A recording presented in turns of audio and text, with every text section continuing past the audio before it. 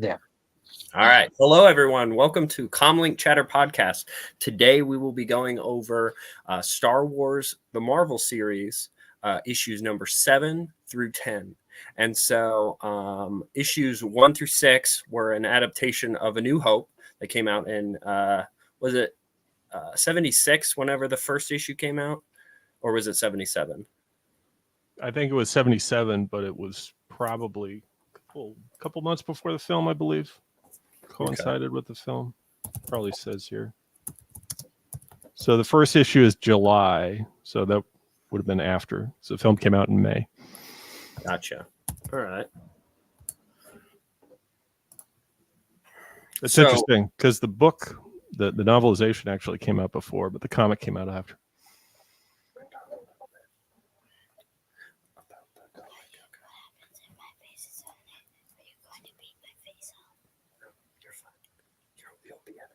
Sorry. So the first issue, it started, April of 77. This issue was a few months later. And it was written by various authors for all the different ones. The first story arc, which we will be going over, what is the official name for the? It's New Planets, New Perils. That's the name of issue 7. Each issue has its own name. There's no real arc. Okay, I gotcha.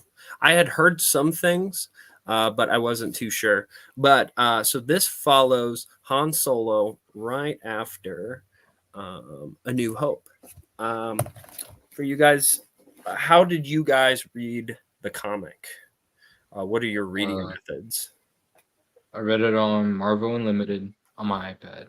Nice. I have Doom World. This is a Dark Horse reprint that came out, I believe, in 2002. They reprinted a 7-volume issue or set that has all the original Marvel comics. The first one is Doom World. So that's how I read this. Nice. So this issue, along with the next few issues, were written by Roy Thomas and Howard Chilaikin. And then it was written by, or it was drawn by Howard Chilaikin. I think I'm butchering that. And they wrote the entire arc. So it starts off, or we have it here. Yeah, do you want to? Yes, I got it. All right. So what do you guys think of the cover? What do you guys think of the covers of these? I like it. Very OG. I wasn't paying attention to the covers of each individually, but for the first one, Chewbacca's drawn both in the cover and actually within the comic itself pretty freaky. Why does he look like that on the Wanted poster? He's like a hairy thumb. True. The colors are interesting. They don't seem to use the full color palette there, but it's okay. It's not bad. I like the text here in the first issue on the cover of 7. We don't see that a lot. We see that some, but not very often. Okay. If you have something to say. All right. So we start off with Han and Chewie right after the reward ceremony. There's a little bit of time in between this chronologically. There's a few of the weekly, the weekly, what are they called? Comic strips that they had. But this follows the characters afterwards. And so they have the reward and they're going to go pay off Jabba for the debt that he owes. And then as they are going, they get caught by pirates. And the leader of the pirate group here is Crimson Jack. And so Crimson Jack has a bit of a rivalry with Han Solo, and so he steals the rewards money from him, and just kind of leaves him on his way. So Sam is gone. Scott, what do you think of this opening sequence? I like it. This situation that we find Han, Luke, Leia in on Yavin 4 right after they destroyed the Death Star. We see this in a lot of different expanded universe stories. It's interesting that you mention that the weekly series actually comes before this, because in this particular arc, these couple issues of the Marvel Comics, Han and Luke and Leia kind of split up. So any adventure that you see them together obviously has to occur either before or after to fit this in. But we have the same old situation where the rebellion realizes the Imperials know about Yavin 4 and an attack is imminent on the base. So we see here that Luke is assigned to go find a new planet for the permanent rebel base, he says. And Han leaves with the payment that he received for bringing Leia to safety from the rebellion, and he goes off to pay off Jabba the Hutt, which interestingly they say Jabba the Hutt's on Dantooine here. That's kind of a error or a typo, which is interesting. And he gets captured right away. So Right. Han is not lucky at all. As soon as he has the money that he needs, he's gets it taken away from him pretty easily. I would say he doesn't put up much of a fight, which is interesting, because we see later on in these issues that he tries to lay low, but he definitely gets into a lot of fights despite his intention to lay low. So I like this situation. I don't know how it stacks up against some of the other expanded universe material here, because it's a very crowded era and it steps on the toes of some other things, I think. But when this was written in January 1978, I guess it was a good kickoff for new adventures after the movie.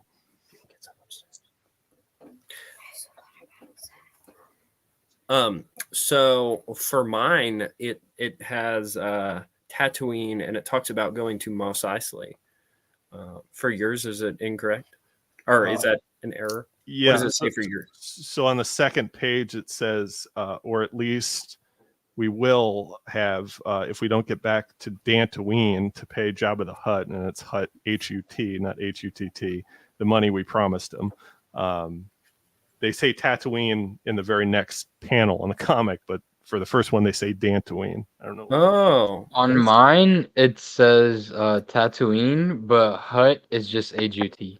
So I have like an in-between version from both of you guys.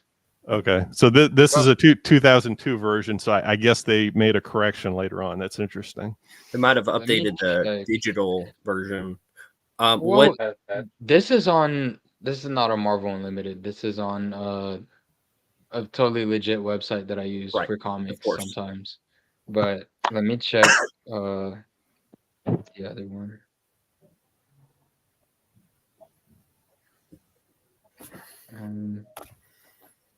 Bro, it's not gonna let me go back. I don't know how to operate this. Okay, bro. Whatever. We can just move on. I don't know how to do this. No, you're good. You're good. So, Jojo, what do you think of this opening sequence? Well, I did have the question. So you guys said this came out, issue was released shortly before the first movie?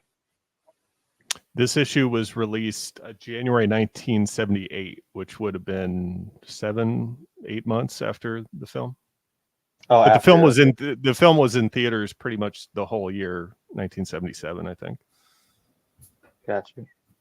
So did this play any synergize in any way with the film's release of advertising or hype or anything like that, or was it just its own thing kind of? So it served as a tie-in for it, in a matter of consistency, with the films.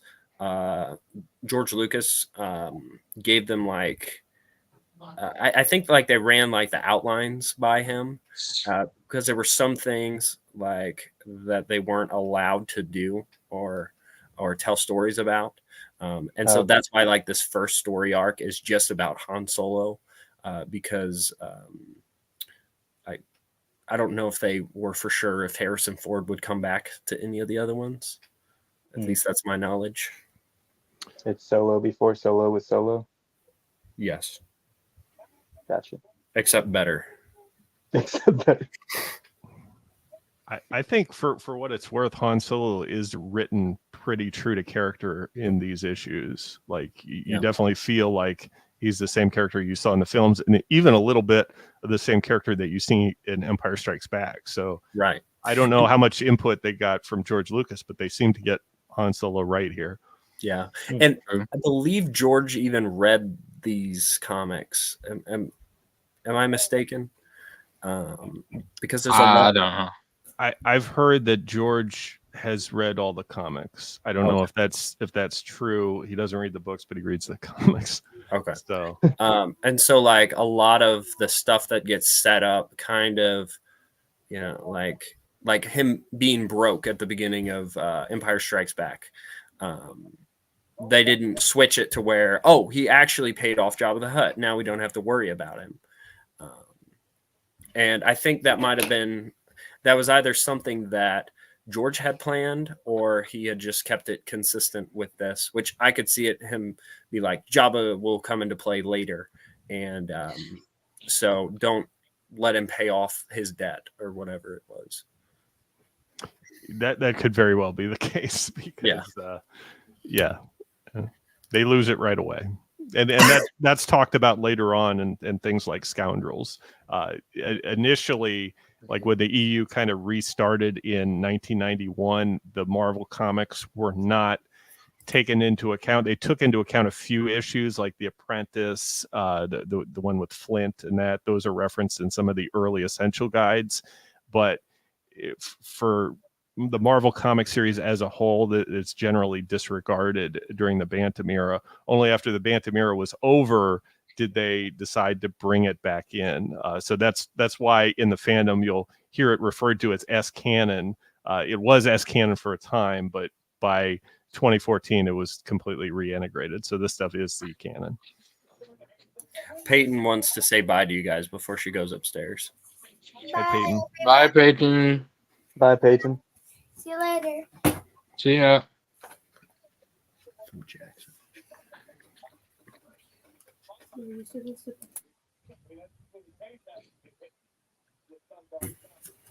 I'll be right back. Sorry, guys. All right. I'm gonna get something to drink real quick. Okay. Perfect. Oh, it's wrestling time again. Yeah, for our viewing audience, we're actually watching night one of WrestleMania simultaneously while doing the stream. Yeet. Dude, we should get them to type yeet or no yeet in the chat. How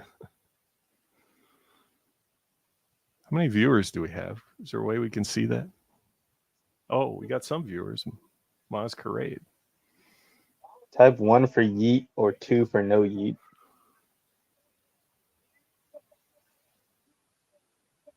I really hope we get some comments so Brady comes back and he's like, what is this?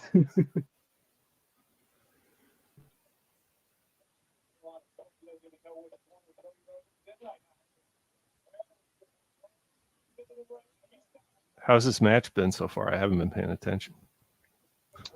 It's been decent. I mean, they've been using the environment and working on limbs more than they have been actually like wrestling a lot. All right. Sorry. Today's been a crazy day. My wife had a tax question because she saw a paper and she was like, did this have to go with our tax returns? And I was like, I don't think so. And we had read it and it said not to put on tax returns. And we're like, because it's the first time we're doing taxes together. If it results in more income, the answer is always no, don't include it. Yeah. I hope the IRS isn't watching this stream. Oh, if they are, goodness. We've had some crazy viewers of this. this podcast. Well, not this podcast, but just my live streams. You stream anything long enough, you'll find some weird people. Yes, we had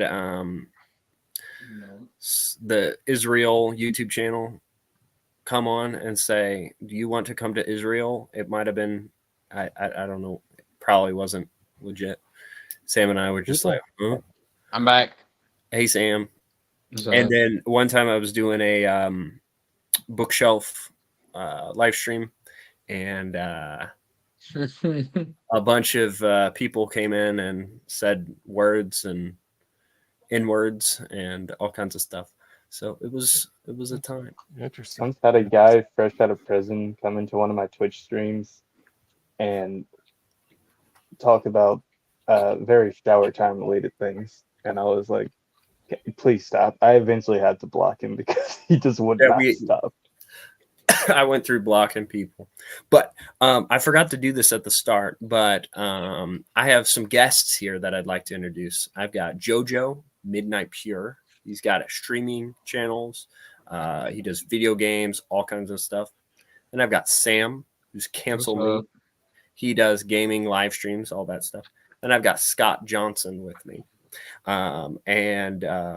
You don't do very much on your YouTube channel, but you float around and you love Star Wars. Yeah, I mostly appear on other people's YouTube channel. I hate repeating myself, so there's like no real topics of expanded universe importance that I feel like I need to talk about. I mean, I guess I could do reviews or something, but enough channels do that to where right. I don't really put out much content on my channel.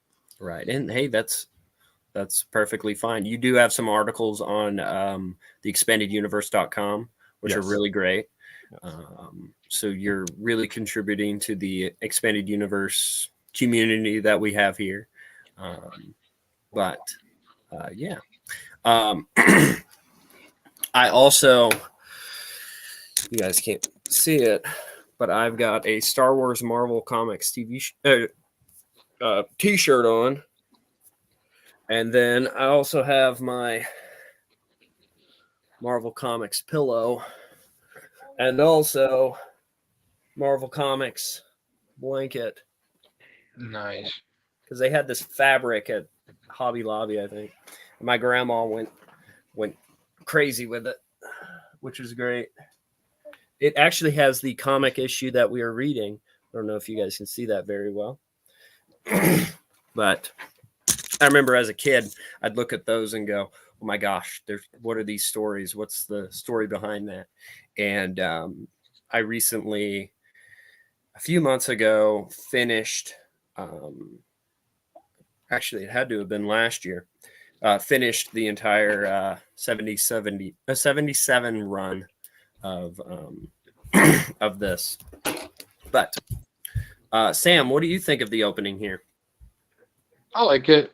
One thing that is a little weird about like this whole arc is that they kind of, it's not like too apparent, but you can kind of tell that they would set Luke and Leia up together a little bit. It's kind of weird, but it yeah, gets other worse. than that, it's good. It gets worse. Yeah. All right. Anybody else have any comments before we move into the? I'd just like to point out Crimson Jack's ship that they come across.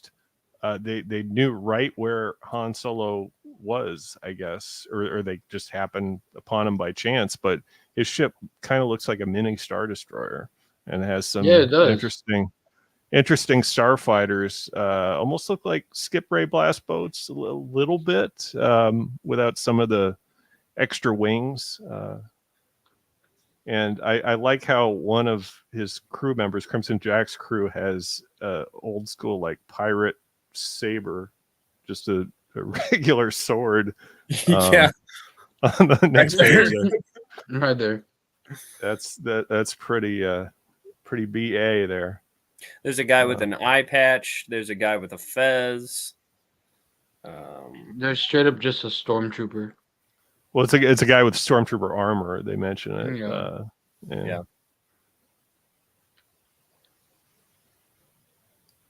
For a second, it looked like he only has one pant leg on, but I see now that it's a shadow. Yeah, it's a shading on it. I was like, "What the heck is that?" Yeah, showing a lot of thighs there. It's an Yeah. interesting costume. We can talk later when we get into Han Solo, where he recruits some of his fighters. He has Yes. he has interesting choice or lack of garments there. So yeah. Right. All right. So, Adobe 3. Am I saying that right? Who? Adobe 3. Adobe 3. The planet. Close enough. Aduba 3. That's Aduba what I 3. Yeah. Okay. So, the Millennium Falcon lands on Aduba 3, and they're out of money, out of luck, trying to find their way. Of course, this looks just like Tatooine, but they can't use Tatooine for reasons, their budget didn't allow it. No, I don't know. If you look closely at the Falcon, it looks like it has two cockpits. Oh yeah. It does. But Han and Chewie approach a funeral, but it is a riot while they're taking somebody in a casket down to the cemetery. And so, does it say that it's a bantha that's pulling them? Yes, it is. Okay. Weird looking bantha. It's a short haired breed that they have. True. Looks like a bull. Yeah. They're different here on this planet. I think it's actually drawn pretty well there for a bantha. Not in the first panel where you see it, but when you see it up close, I like it. I like its facial expression. Like I never seen a bantha's eyes before, but right. I like how it's drawn there. Mm-hmm. So imagine if they just buzzed all the hair off. It's like a style choice. They just got my boy naked out here. Yeah. Well, we'll see more skin showing later. What? Also, real quick, when we see Han approach, like the whole premise is okay. Han and Chewie got their money stolen from them. They need to lay low for a while because they know Jabba is going to come after them, and they think they can hide on this planet because it's remote enough that Jabba won't find them. But when they approach this riot here, he mentions there's some sort of priest that they're going after, and he says something about religion, and he says, I guess I shouldn't have skipped so much Sunday school as a kid. So you get reference to days of the week, which I don't recall anywhere else in the EU. So I think that's a first. It may be referenced elsewhere, but kind of bizarre that they reference Sunday and Sunday school in the same sentence there. Yes. This is our Christian episode to celebrate Easter, and you'll see why even more soon why this is a special Easter special that we have. But the hot topic of the town is, should we bury the Borg? Now, Borgs, is this the only appearance that Borgs have in Star Wars? I was wondering that when I read it. They appear elsewhere. They're called different things. They're called androids in the droids series, where they're part biological, part machine.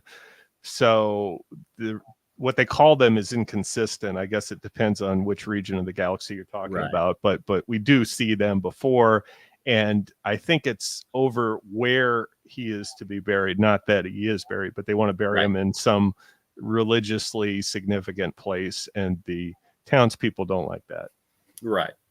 And so they're riding, and Han and Chewie are offered to be paid by the priest to take him and to be buried on the sacred hill of religious things. But they get rocks thrown at them. They get into brawls. They fight. We get to see a bit of an action sequence here. There are so many brawls. Yeah. In this arc, bro. There's at least like 3. Right. There's a lot of good humor too if you follow Han's thought bubbles and what he says Yeah. to the cantina patrons and whatnot. There's a lot of interesting late 70s humor there that I got a kick out of. Oh yes, Oh for yeah. sure. Jojo, what do you think of this here? Do you have any thoughts? I honestly don't know. Chewbacca's intensity is amazing. True. If That you man right there. if you go Yes. to go up a little bit, Sam. To I think it's the first close up of the bantha. Look at Chewbacca's face. Oh my gosh. He's cross-eyed too. Yep. That is the Dude, that's a level of caveman. He's like Tarzan. Who are you? That looks like the Geico commercials with a caveman. And why does the priest look like a killer moth, bro? down there. They wanted to make him look like an insect, and I think they do a very good job of Yeah. that. He's got compound eyes and that. I like when he hands him the money. It's like in a bag, like really high tech equipment he's got there. If right there, if you can, I don't know if you can get a closer but the guy in black behind Han in the panel that he said, Chewie, spacers are a weird lot. The guy kind of reminds me of a Charlie Brown character. You were just on it, Sam. This guy? Yeah. True, a little bit. And then we got Greedo over there in a Volt-Tech costume. This one? Yes. Man, crazy stuff. He's a pre-Fallout boy. Yep. And they're all like so civilized. Like in the cantina in the film, you see Han shoot Greedo first, no problem. But here he's telling Chewie, like, don't use your weapon, don't even fight until they say something first, and then Han gets hit with a rock, and then Chewie just goes ape, you know what, on them there, and so some guy comes at Han with an axe, a battle axe there, and Yo, he looks like the guy from Lilo and Stitch, bro. Look at his face. Oh my gosh. He does. Wow. Sam, what do you think? I like it, man. It's not peak EU. Right. I like it for what it is, They only had the first movie to work off of. So, Yeah. they did their best, I guess. All right. What do you think, Scott? It's not as weird as some of the other Marvel stuff that we'll see later on post A New Hope. Yes. It's interesting to see the motivations of this crowd. Like they're willing to fight to the death to see this guy not buried on their plot of land. So that's a little bit interesting. I think they just wanted to show a fight here in this these few panels. So we get good action sequence, and we set up the story where we continue. The Bantha gets shot, R.I.P. the Bantha there. Yeah. But real. Chewie's able to pick this guy up, who's made of metal, so I guess he's really heavy, and just Right. Chewie picks him up on his back there and just hauls him up this hill to this burial spot. We see tombstones, and the insect guy, the priest, has some incense there. So interesting situation they got, and they have all the equipment apparently to bury this guy, just carrying up on their feet there. Right. But it's interesting. Something that I like, and I know the only thing that they're able to build this off of is from the films, like the dislike and distaste of the droids, and in this case, an android. And you kind of wonder, why do people hate droids so much? And and like, of course, I don't think that they had this planned at all, but it works pretty well now. Us knowing about the prequels and the Clone Wars and battle droids, and how the Separatists used battle droids to, inflict their will. And so you could see a lot of people having issues with battle or with droids in general. But I kind of like that little bit there. I don't know if you guys think about that whenever you see that kind of stuff happen. Yeah, I mean, it's interesting that you'd have an android character on this planet and he can't be buried. Like, is it just this one, or is there more of them that live on this planet? It's an interesting dynamic that you have here.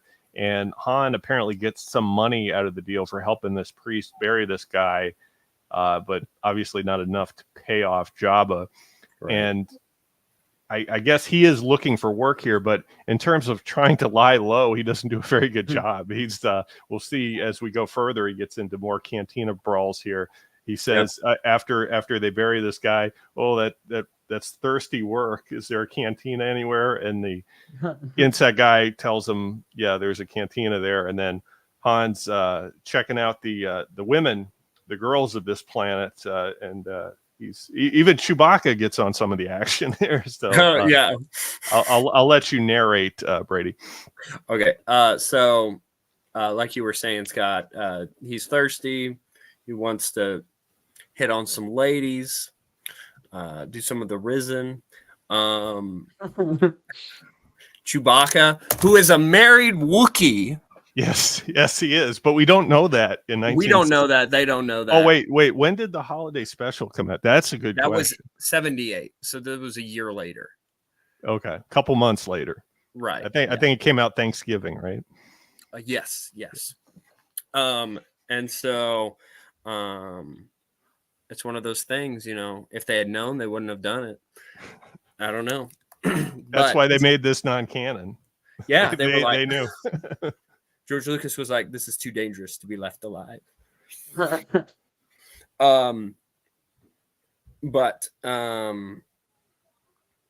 this girl just straight up has a plunger on her head. Look at that. She's got sunglasses too. Yeah. Yep. Two of them have sunglasses, the red one and the orange one. And so Han was talking with a girl, and then she disappears, and he's like, "Oh, where'd she go?" Well, he gets approached by some folks here. And then it ends.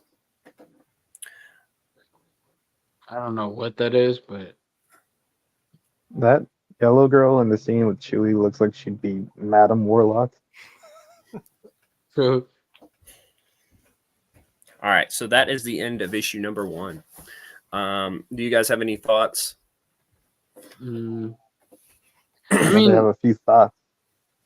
There are a few thoughts in the canteen, I guess. There are. Pretty much.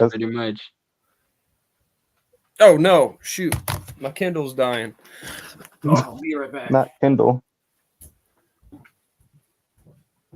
And for those curious about WrestleMania, this tag team match is still going on. The Rock and Roman Reigns. It just ended. Oh, it did? Oh, okay. Yeah. I wasn't paying attention. The Rock and Roman won, like I figured they would. Dang it! Dang it! What are you talking about? WrestleMania. We're giving updates. Oh, to our gotcha. viewing audience who are probably going to watch this later. Yeah. Well, crud. Any final comments or things to add for this? I just it almost seems like, I guess Roy Thomas writes both of these issues, but it almost seems like with these Chinese looking guys that come in asking Han for work at the end there, it almost looks like the next issue is written by somebody else. Yeah. Because it starts with that premise, but they kind of backtrack because he doesn't speak to those guys initially. There's a whole big bar fight, and they have to backtrack on kind of what's going on. So it seemed a little bit jarring to go to the next issue here in issue 8. Yeah. but I guess Roy Thomas wrote both of them. So Also, the guys look different. They're not Chinese anymore. They Oh, just no. race swapped mid issue, bro. Like, yeah, and they're wearing green in issue 7. They're wearing white, I guess, in issue 8. yeah, I mean the art changed up a little bit too. Sorry, I'm trying to pull it up on my phone now. No, I don't want to read New Canon. So I think we should probably talk about the cover of issue 8. Yes, the wonderful cover. What do we think of the cover? I think it's great. We get to see the whole crew there. Chewbacca's drawn even more differently. Yes. He's got blue eyes here and a white bandolier. I don't know what they're standing on. That you see a shadow of something coming at them, and we see the whole crew that Han later recruits. More on that later, but I like it. I like that we get profile kind of pictures of the whole crew here, including Jackson. Yes, the hero of the story. So we start off, and there's a bar fight. Kind of, as Scott was saying, changes up a bit of how the story ended last time, and then it's a bit of a. Oh wait, sorry. He talks with someone there trying to get him to get some work done for him. Turns out that there's this speeder swoop gang led by where is his name? I can't pronounce it. Yeah. Well, led by this mustache villain. Wait, where is his? It's Sir Jix, I guess. The Cloud Riders, Sir Jix. Latin X? What? No, I'm playing. I guess he might identify as Latinx, judging by his. So Sir Jex and his Cloud Riders go to this village and steal the wives and daughters of this man's village. And so, I pronounced it Sergi X. Yeah, when I was reading it, but I don't know. I kind of just pick something and go with it, even if it's right or wrong. Yeah. So we have a reference to, I guess, sexual violence here. Yes, I didn't know how to approach that. Whenever I read it, I was like, "Oh, they're going straight into this." Yeah, I don't want to say the word because you might get flagged on your channel there. Right. But, exactly. I'll say it. No, I'm playing. We also have an interesting situation as part of the bar fight. It seems like one of the aliens thinks Han is hitting on his girlfriend, and Han mentions like he can't tell the sex of some of these aliens, which is oddly familiar in Earth 2024. But you can send the hate mail my way. You can cancel me, but yeah, that's an interesting situation. This was completely fine to write about in 1978. Yes, it was. I completely went over that. That was something I was gonna talk about. That they just right here straight up like that. W Han.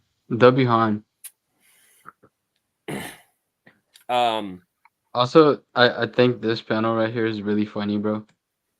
Look at how he's just like going out the window, like straight up flat, bro. Bro's napping already. He's not even on the ground yet. He was asleep before his fist hit him. Yeah, he starts hitting Chewie, and Chewie doesn't move, and he's like, "What's wrong?" You know, because he thinks he's got Chewie no problem, and Chewie just takes him and chucks him out the window, just yeets, and he's knocked unconscious there. His head's back, and then the next panel just chilling right here. Yes, drinking his drink. Chewbacca is actually drawn, I'd say, pretty well here. Yeah, it's someone consistent here, not on the cover, but like Right. they finally get it right. They don't make his face a very pale color that looks crazy there. Yes. And he doesn't look like they drew Bigfoot. That's kind of been my thing with some of the early Marvel comics is that they just draw him like he's Bigfoot. But anyway, so Han Solo is like, of course, we'll take the job. I need to get a team together though. My phone's wanting to die too. I need to get a team together, and so he calls out for recruits to the area.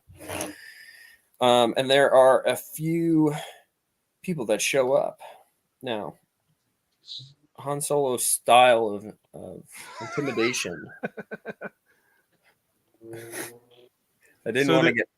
If I didn't want to get flagged, I would suggest we all use his style. No. Man, I wonder what they had to do to get into the job. Uh-oh.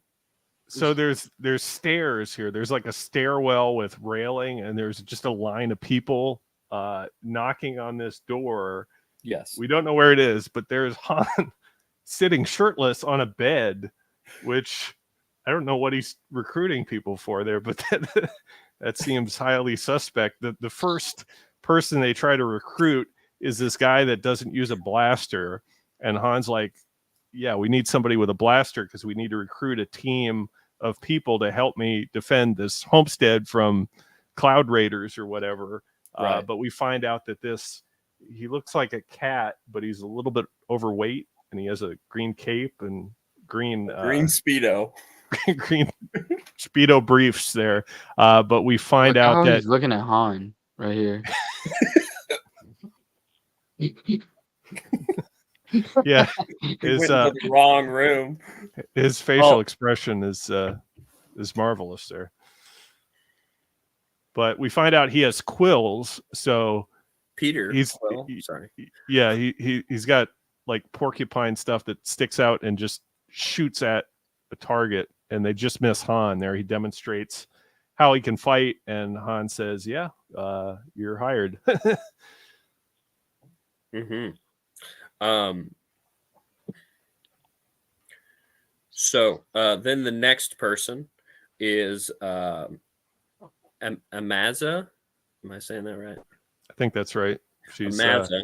She walks in with a bikini and yes. Leggings or I think him doing the interview shirtless brought too much unwanted or maybe wanted attention. But anyway, she was a part of, or she was the den mother of the Black Hole Gang, and so he explains the situation about owing Jabba the Hutt and different things there, and then our next guy, the Jedi Knight, so-called Jedi Knight. Don Juan Quixote. Don Juan Quixote. And oh my gosh, he goes full on Jedi Knight monologuing. Even gets on his knees. I am a true Jedi, master of the Force, and wield the lightsaber. He gets on his knees in front of shirtless Han. Okay, bro. Okay. What is this? Nah. And he whips out his lightsaber. Okay, buddy.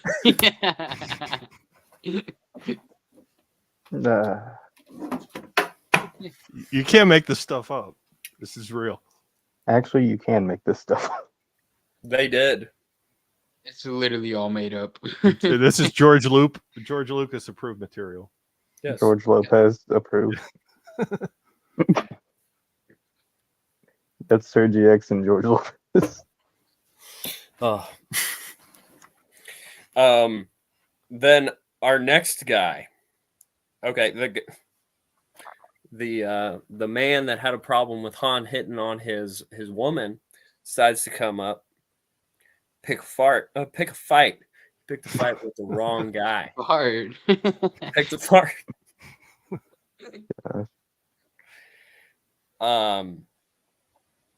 And so we are introduced to this green rabbit, Jackson. Happy Easter, everybody. He has Happy this Easter. wonderful jump sidekick, and he kicks this poor guy. He's That already poor been guy. thrown out. Yeah, he's already been thrown out of the window. He's But- asking for it, bro. I don't care. Get job kicked, loser. I He's thought the it. only one that is not so weird to Han about Han's appearance. And then we're introduced to this other character, the Starkiller kid, who's basically looks just like Luke Skywalker. And Han's not a big fan of this kid being in with this, but he wants him because of his droid that he has. So, Jojo, reminds him of Luke Skywalker too. yes. Jojo, what do you think of our Magnificent Eight? I honestly don't know. Who is your favorite? I don't honestly know any of them really. Did you expect that we would be talking about a green bunny? No, I wasn't at all. As you first showed that cover, I was kind of thinking this looks like Shardians of the Galaxy, Guardians and of now the we're Galaxy. now we're here, and I honestly don't know what to think anymore. Let's see. I'm curious about something. Honestly, I was thinking of a more offensive term, but then I went with shark.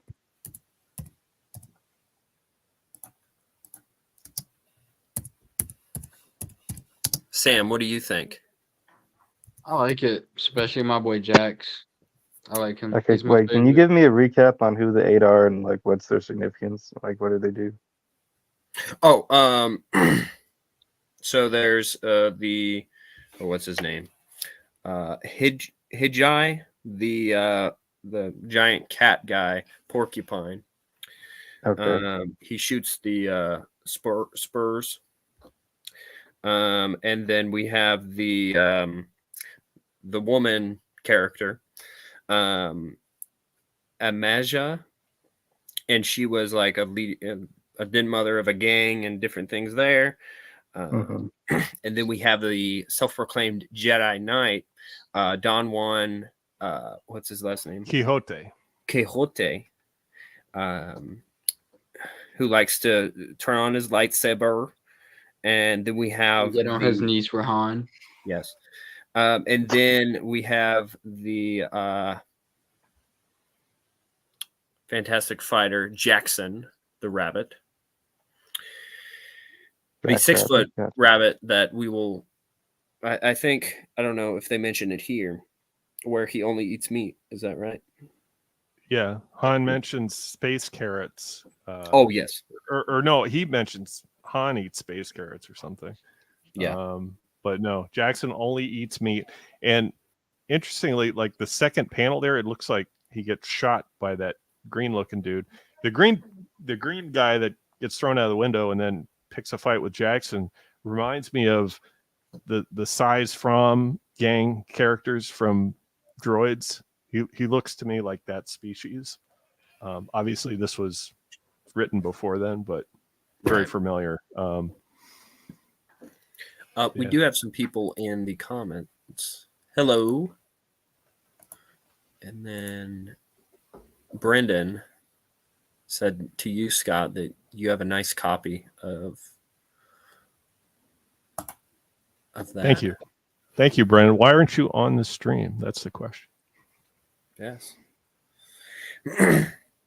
And then we also have the Starkiller kid, who's basically like a little bit younger than Luke Skywalker, except no powers. He just has a droid that Han likes. His name is Jim the Starkiller Kid. Jim the Starkiller Kid. Wait, Jim. Jim. Jimm. Ah, yeah. And FE9Q is this droid that's rolling up the stairs on treads. Yep. Nice. All right. Sam, you're not. Oh, Sam, what do you think? About the 8. Yeah, about the 8 or this whole sequence. I mean, I like them.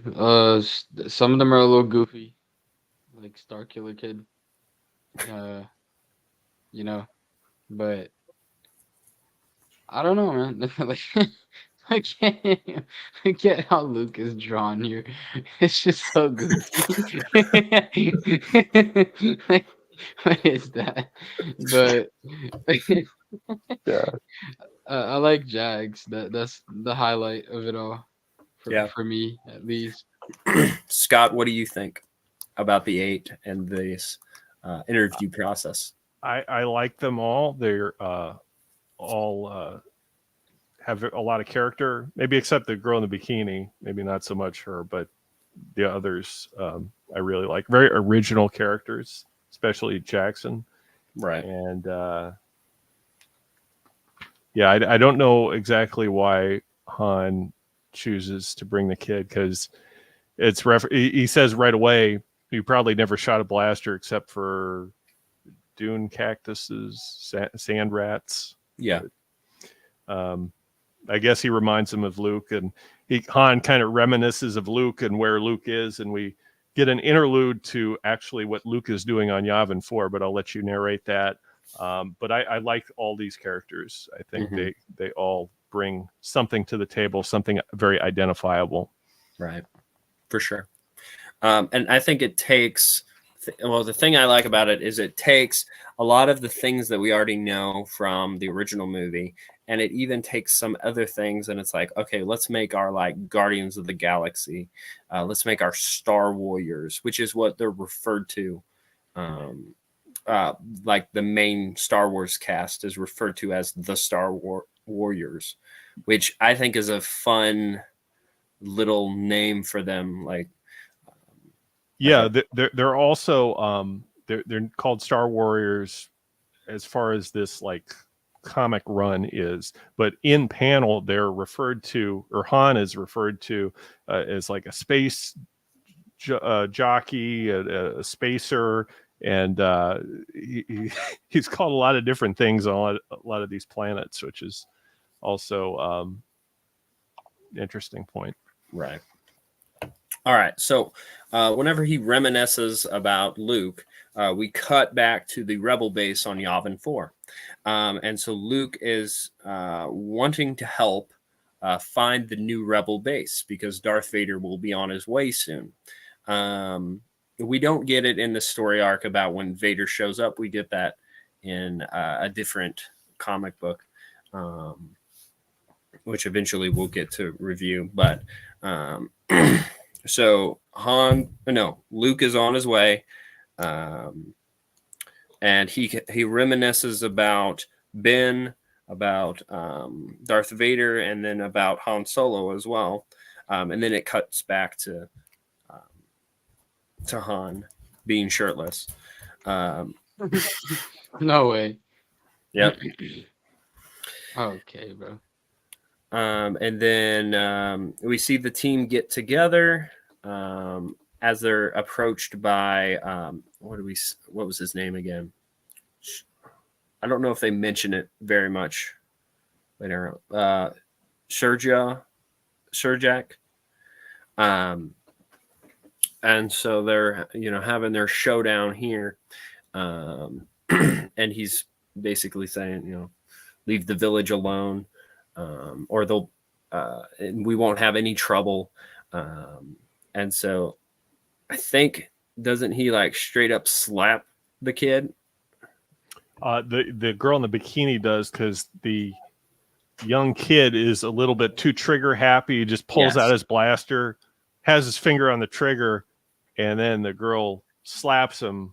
Yeah. Thonk is what it says in the panel there. Yes. And I guess they didn't want to start a fight when they didn't need to.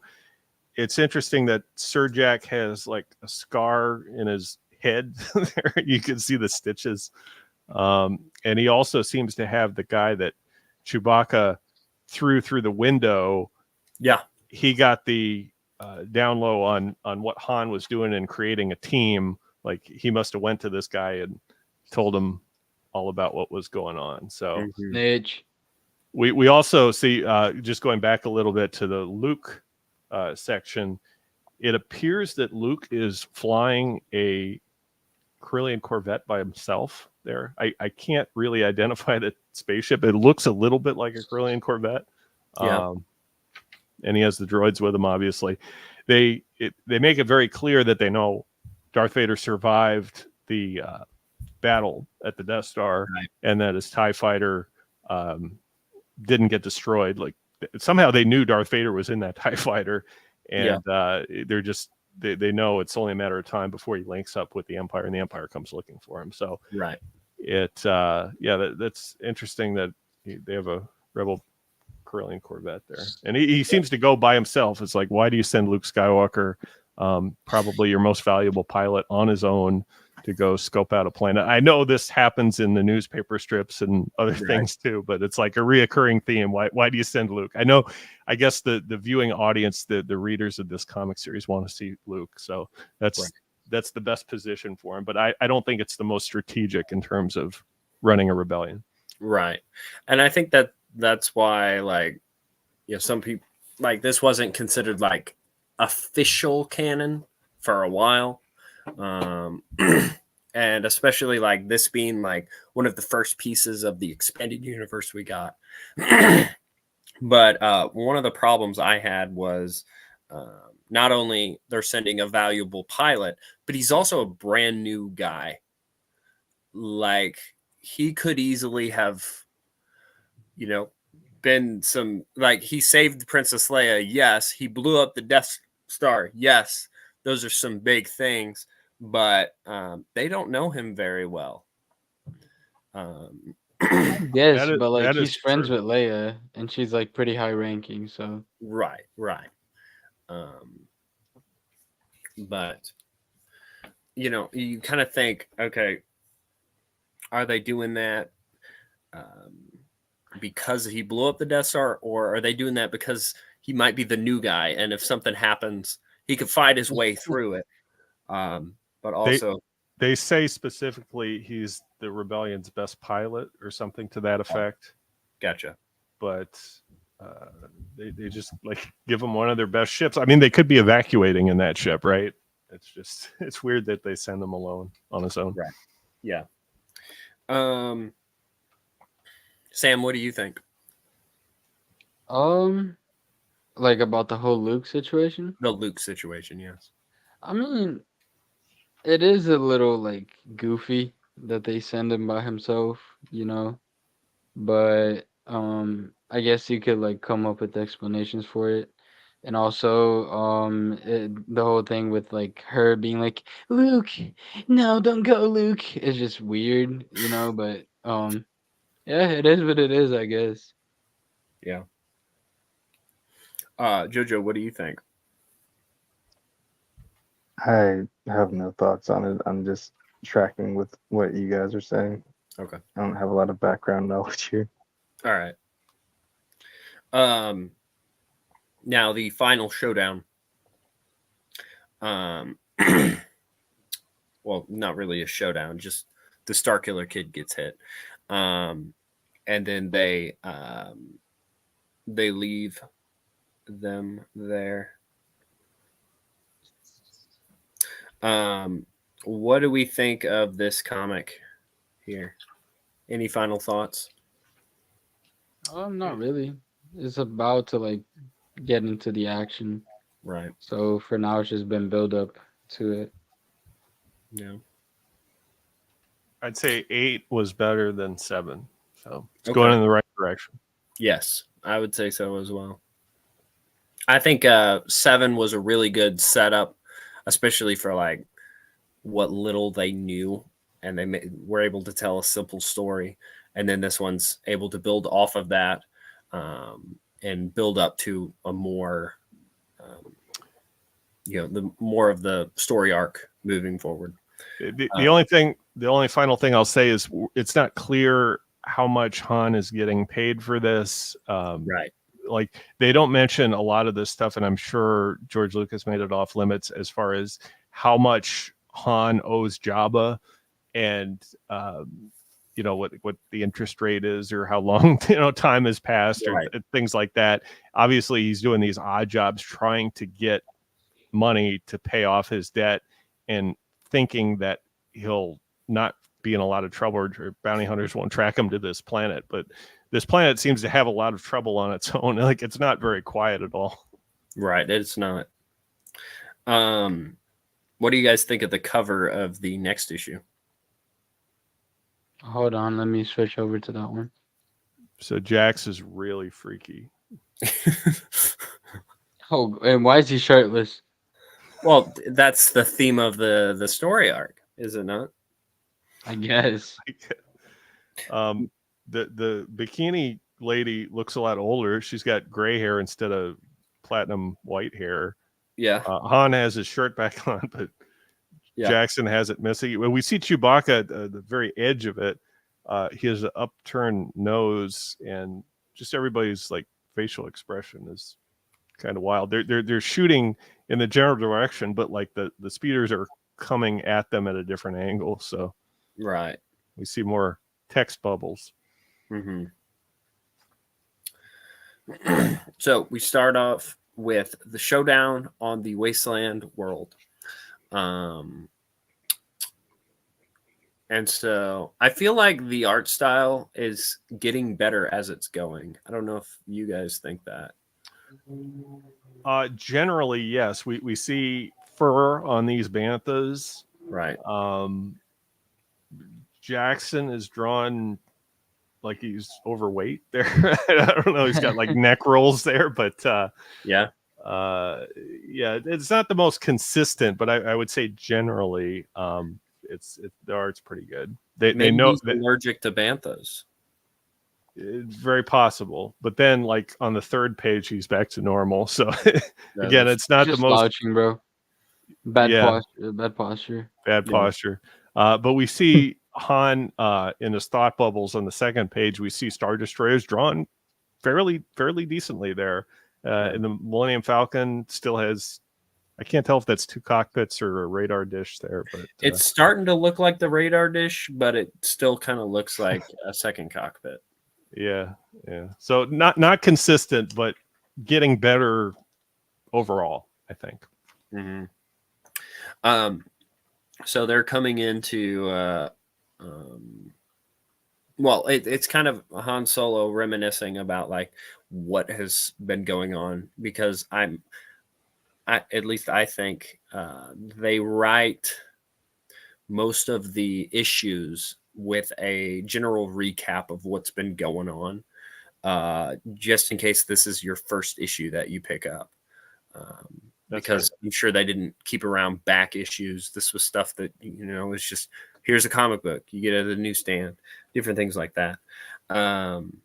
So this could easily be someone's first issue they have here. And so they give a backstory on a little bit of a backstory of all the characters to remind you of what's going on. And so the battle starts.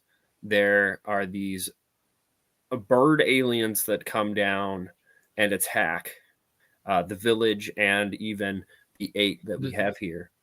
They have human faces, bro. Kind of. So weird. And so it's a fight here. They're fighting. And then Han's able to save a lady. And this lady happens to be, is she the daughter of? She's like the granddaughter of the village elder, I think. Yes. The granddaughter of the village elder. And so that's kind of how that ends up there. What, Scott, what do you think of the opening here? The bird things I thought were a little silly. I'd just like to mention in where they sort of retread on the last two issues. They show the bar fight, or I guess what was a reenactment of the bar fight. There's this fish thing. He's a guy with a fishbowl on his head. He's trying to lick Chewbacca. Thought that was a little funny. Oh my gosh, you're right. So it's the second page of issue 9. Yeah. What the hell?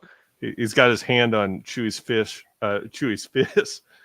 and he's looks like he's licking him, but obviously he's got a bowl over his head. So. Yeah, he's got a helmet. No, what the hell? No harm done there, I guess. But these bird things, weird. I don't know. I thought they're a little too silly. I know it's Star Wars and they're trying to be original, but it went too much in the bizarre territory. We see some blood from one of the bird things because I guess you can show blood there because they're not humanoid, right? Even though they have human faces. And Han just keeps running into beautiful women, just falls right into her lap there. Very interesting. Lucky guy. Mm-hmm. Sam, what do you think? It's a okay intro. I don't mind the bird looking things. They're just a little freaky, but I guess that's like the whole point of it. And yeah, like you can really see that they were setting it up so that Luke and Leia would be together and Han would be just, I don't know, with multiple women and just like a player, I guess. Yeah. I can see that. Jojo, what do you think of the birds? They're interesting. I'm more concerned with that woman's face. Just off-putting to me, but yeah, they remind me of Eric Capra from D&D. I gotcha. I really enjoy the wackiness that these comics have. There's just something like to see that 70s space with Marvel comics, like they can almost do anything, I feel like, and they do a lot of crazy stuff with these, and like I hate it whenever people criticize like the entire Star Wars expanded universe just because of some of these like wacky adventures and stuff. And it's like, yeah, it's Star Wars. Like, there's a dude that flies a spaceship with a guy that looks like Bigfoot. Like, you just go more deeper into it. Well, they make fun of Jackson, and Jackson isn't the most bizarre character in this. Like, Jackson's fine, bro. Arguably, Don Juan Quixote is a little bit more crazy, or the thing with the spines, the porcupine-looking thing. Jackson holds his own. He's probably one of the most capable fighters in that group. So yeah, that is true. They're just being racist, man. What? I said they're just being racist because he's a bunny. Maybe they just look at the covers and they see Jackson on the cover and how weird he looks, and they just make an opinion just based on that. Maybe they don't actually read the story, because if they read the story, they would know what a capable fighter he is. It's like if someone said that Rocket Raccoon was stupid and you shouldn't watch it because of it. It's the same thing, except Jackson's 6 foot tall, but like that's the thing that I like about these. Like, there are these wacky things that happen, and just I think it's a lot of creativity, and it's a pretty good story, I'd say. Like, it's basic, it's simple, but it's still good. It's still enjoyable. So now we cut back to the Luke and Leia storyline, kind of the flashes there. And so Luke has, let's see. There's an interlude to Luke, and I had a hard time figuring out what was going on there. Yeah, me too. Even trying to catch up on it here. But I think some of the stuff that happens here, Luke ends up getting lost, and Leia's like, "Oh no, I need to find Luke." And so something just kind of threw him off course, and so Luke's looking. It doesn't look like he's that far from the planet, unless he's at in a different system. It just is vague about it. Yeah, he mentions a planet, and it's kind of like out of nowhere. Like, Yeah. I don't know if he's having like a forced vision or there's a communications disruption. Like, it wasn't clear when I initially read this, like what was going on. A communication disruption could mean only one thing: invasion. Invasion. Only one thing, guys. So he's being invaded. No. Hey yo. Right, but they make reference to like his ship and a brief period of instantaneous communication won't endanger our location. So Right. like, do the Imperials find out where he is? It's like, it's not clear. They're very vague about it. Yeah, Leia's pretty alarmed by the whole situation. Right. Yeah. But I think it's kind of that they're trying to show them going through like caring for one another, and to set up the love triangle, the great love triangle, the greatest one in history. No. Yeah, because right when Luke leaves, Leia mentions like, "Oh, I wish I could go with him." And now, since there's some sort of trouble with Luke, or there seems to be some trouble with Luke, Leia enthusiastically goes after her, after Luke trying to find her, even though she's the leader of that rebel cell there on Yavin 4. Right. Interesting how quickly things change. Right. I mean, they got Dodonna and freaking Mon Mothma. I think they're chilling. I don't think Mon Mothma's there. Yeah, Oh, I think not- Mon Mothma's with the fleet. Dodonna Uh, stays there to the very end. For those who know the EU, he stays there a little too long. But Wait. No, but hold on. Are you thinking of Rogue One? No. Do you even know who you're talking to, bro? Rogue One. I'm thinking about freaking X-Wing. Isn't okay? Both of y'all read X-Wing, right? Yes. hey, it's Marcel with a What's up, Marcel? Brennan picture. What's up, guys? What's up, man? Isn't Dodonna like stuck in the ship? That happens after the evacuation. No, but I know that happens in the evacuation, but y'all weren't talking about him dying, right? I wasn't. What? Okay. He doesn't die, but Oh yeah, that's what I bad meant. happens. I was like, he doesn't He's die. he's right? no longer with the Rebel Alliance after the evacuation. Right. He's locked up. Free my Yeah. boy. When does the evacuation canonically happen in the expanded universe? Is it in the Marvel comics or is it in some other source? It's in the UK comics, right? Huh. It happens in a lot of different sources. Yeah, fair enough. So good Scott. luck trying to reconcile that. Even the attack on Yavin 4 happens in a lot of sources where it happens in like galactic battlegrounds where Dodonna gets captured, and I think it makes reference to it in the Marvel comics here as well. So yeah, it's all over the place. I recently read the UK comic books, which are very consistent with the Marvel comics since they're both by Marvel. But I think these Marvel comics don't show the evacuation, do they? They show the attack on Yavin 4, and yeah, while the attack is going on, it's sort of inferred that there's some sort of evacuation, but Okay. Yeah, that happens all over the place, and even Luke scouting out the new base, that happens in the newspaper strips. Right.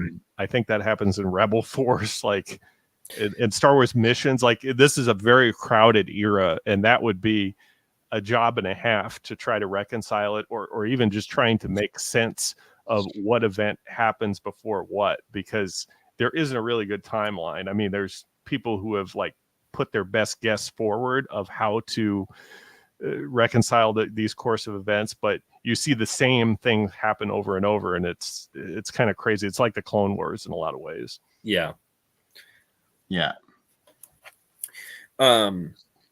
So Marcel, do you think that Luke and Leia had relations during the Rebellion era before they were siblings? No, I don't. I think Easy. the worst that happened is that they kissed. That's true. So we see in some other comics that Leia gets jealous whenever Luke has a new girlfriend, or some girl takes a liking to him. Luke is kind of a hoe in the U. I'm not gonna lie. Yes. He is. He didn't learn the no attachments thing. Yeah. I think it's in like the is it in the Brian Wood series where there's a female X-wing pilot, and Yes. Luke and her share a cockpit, like they're in the same X-wing. So I don't know if like she's sitting on his lap on the hyperspace drive home or something. And like that was written, I think that was written in like 2014. Yeah. And so like it was always so weird in that series, because it's like they wanted to have something with Luke and Leia, but they were like, they're siblings, so we can't like have that whole subplot, where we get it in the Marvel and these Marvel comics. We get that jealousy, but it was always so odd. Yeah, and in the novel, it's different. In Splinter of the Mind's Eye, it's Luke that's obsessing over Leia. Like it's the opposite. Yeah. It's like Luke's the jealous one in the relationship. So, all right. So, does anyone have any thoughts about anything before I move on? What issue are we on, out of curiosity? We are on issue number 9. Okay.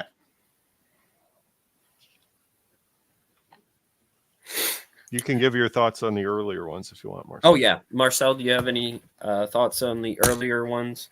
Yeah, I mean, having recently read through these issues like a few months ago, I was struck by how weird they were not, because I had read them as a kid, but then in the intervening years, I guess, you kind of forget. And I was led to believe that like, oh, Jackson's ridiculous. And like, yeah, there are a couple one-liners that I thought were a little hokey, but I thought it was actually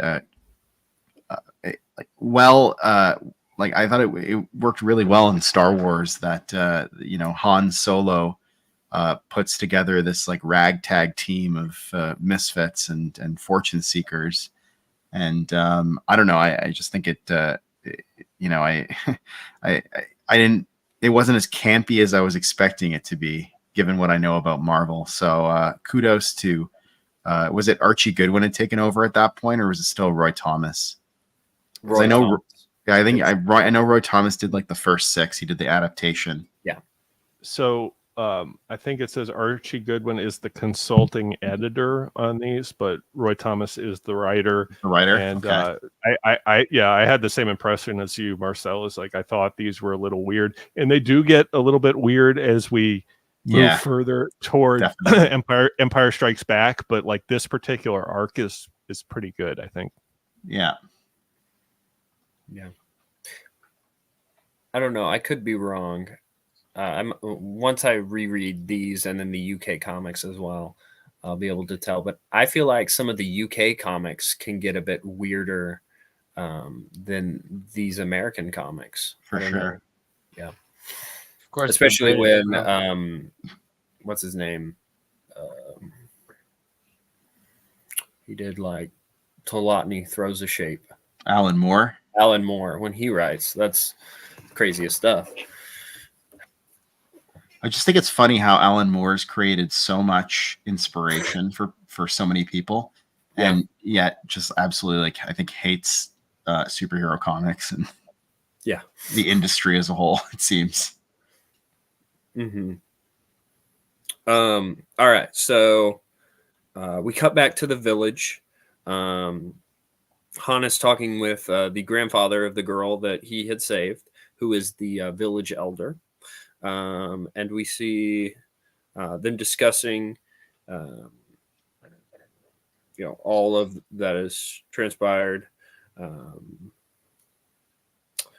And talking about the outlaws from the village and different things here. And let's see.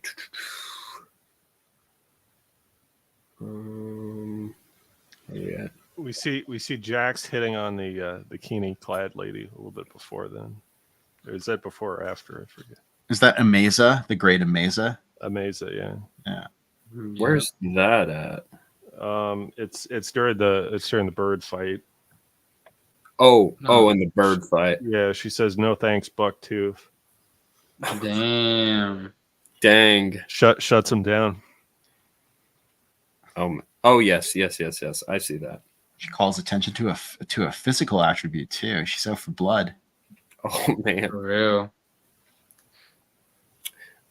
So then Look at this panel right here. yeah. Just kind of creepy, bro. I mean, if you say his name 3 times in the middle of the night, he will appear at the foot of your bed. Yeah, I'm good off that. Who's going to Legends Con dressed as Jackson? Oh, not I'll do dressed it. as Jackson. I'll wear like a Jackson like ears maybe, but not the full costume. Oh, okay. Hey, Yeah. You guys are going to be like, "Where's Marcel?" I'm going to be like in my hotel room getting like green paint applied to me. we just need 3 more people, and we can be the Magnificent 8. I'm gonna dress up as the dude with the bikini green one. cape. No, yeah. Sam, you're the bikini girl. Oh no. Who are they? So it's Amaza, Jackson, Han, Chewie. So that's 4, and then isn't there Jim and his robot? I forgot the robot's name though. What was Yeah, the it? Star Killer Kid, the robot. Star Killer Kid and the robot, and then there's the guy with the quills. Hazen, Yeah. not Hazen. That's from Knights of the Old Republic. FE9Q is the droid. FE9Q. FE. That's right. FE for short. And I'm missing one. Oh, Don Juan Quixote. Yep. Yeah. All right. So the swoop game comes and attacks, and more of a battle sequence. But then Effie gets shot. R.I.P. Yeah. Rip. And then Don Juan gets shot as well. They're all getting taken down. But he saves then- a Mesa first. Like a Mesa has, she's in a chokehold by one of the Yes. speeder bike gang. Yes. Sam, what do you think of this fight sequence here that eventually awakens Godzilla? No. You guys were talking about the shadow on I think it was the cover for the last issue. I think that shadow was like Godzilla. Oh yeah, Like, you're probably the right. Yeah. monster thing. No. But I mean, I like it. I just wish this dude got a little bit more screen time Mm-hmm. or page time, I guess. I don't The know what y'all Speedo call guy. it. Yeah, the Speedo guy. It's kind of sick, bro. I like him. I wonder if his species makes any other appearances. Oh, let's see. But yeah, I mean, I guess this is like the big fight where everything's going wrong and then somehow they still win.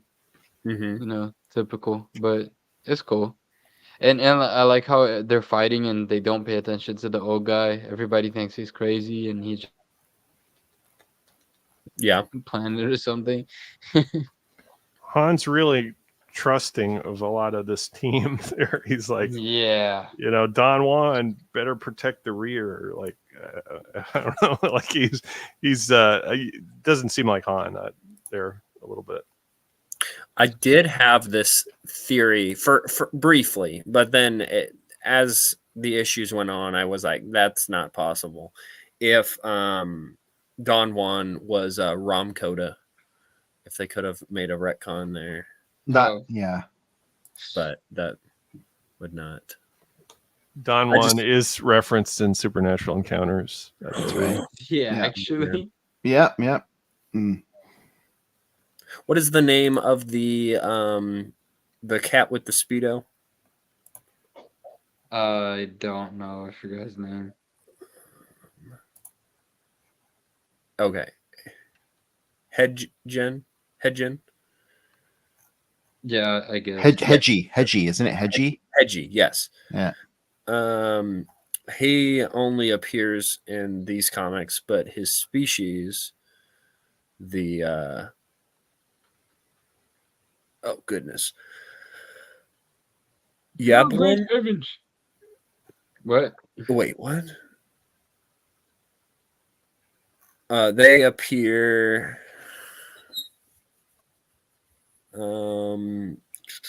Let's see. They don't really appear in anything else that I see. There. Sadly, it doesn't even say it appears in this. I don't know what the deal is with Wikipedia. Wikipedia is wrong, not to be trusted. Yes, True. Yeah. man. Well, anyway, Scott, what do you think of this sequence here? I think this is the long-awaited fight. Somehow they agreed not to fight earlier, but Jackson sees that they're coming, and I guess it was only a matter of time before, forget this guy's name, Latinx or whatever the guy's name is, attacks. I don't know the strategy is right or not.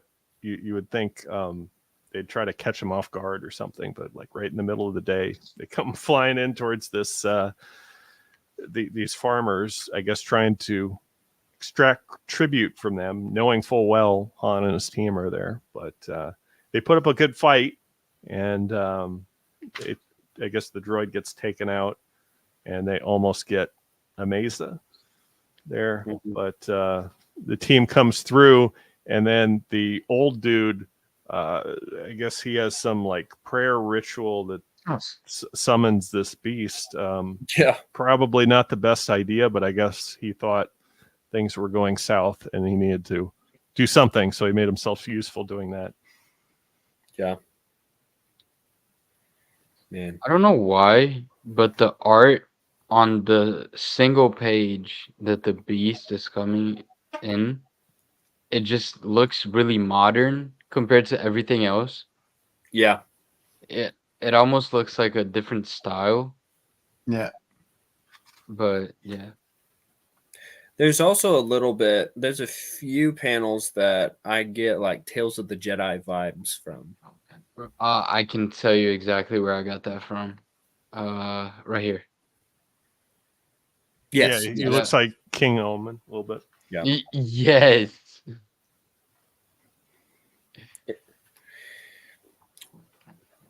Now, Marcel, what do you think?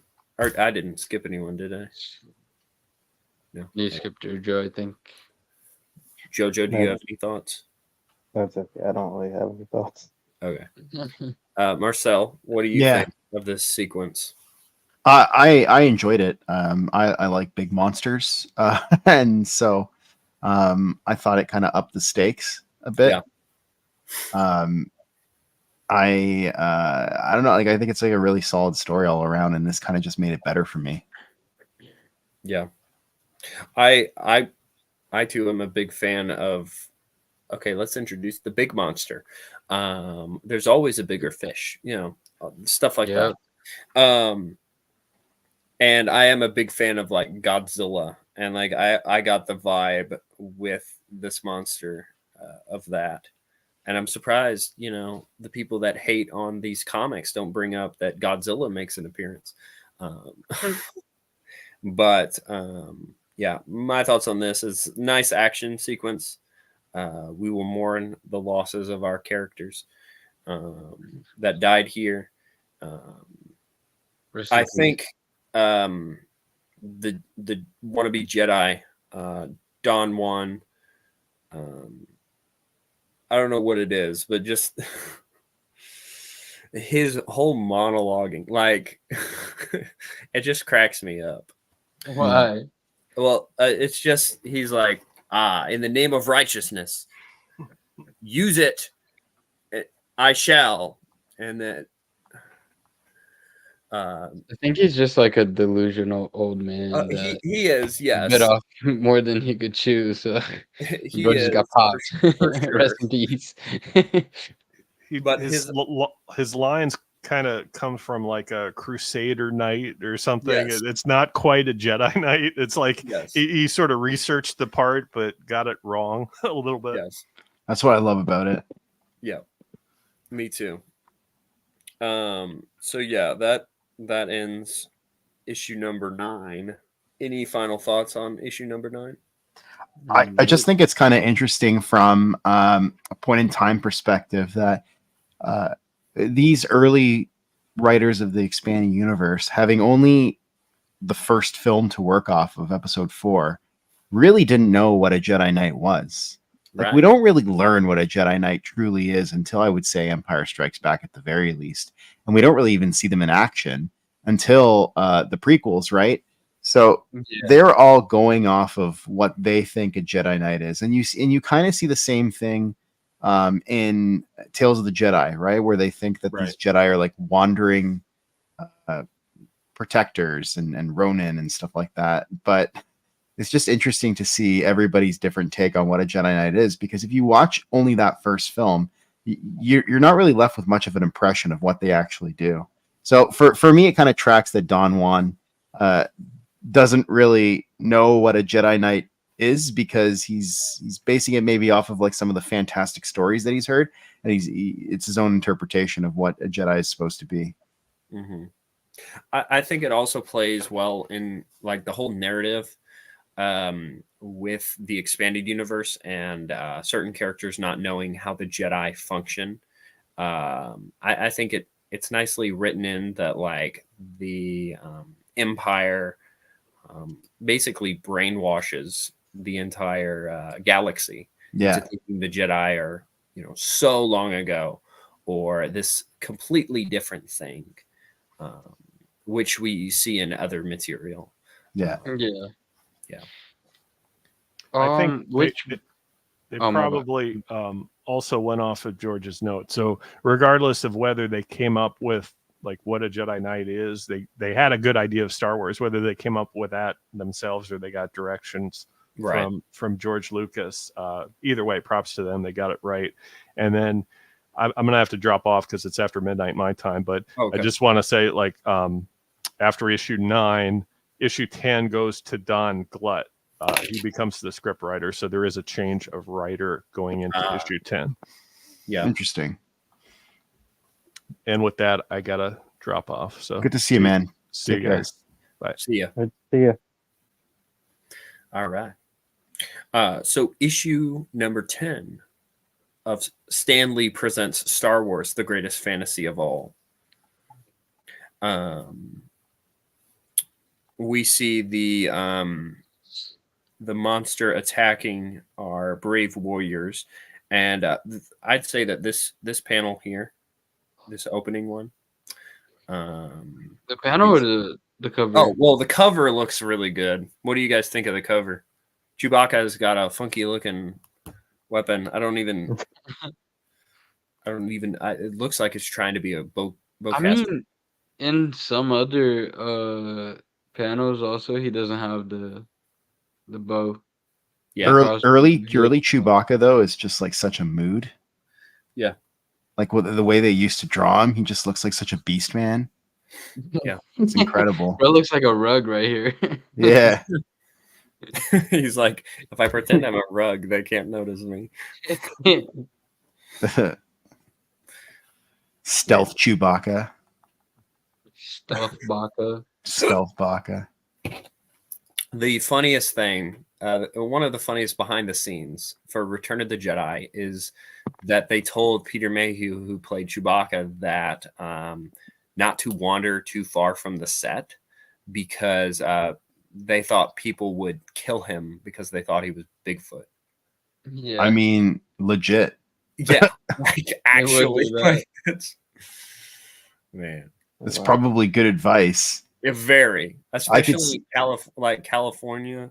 Dick Cheney just shoots Peter Mayhew dressed as Chewbacca. It's gonna happen. Is that like a controversial thing? I don't even know. I'm not American, so I don't sorry, know. bro. We were, yeah.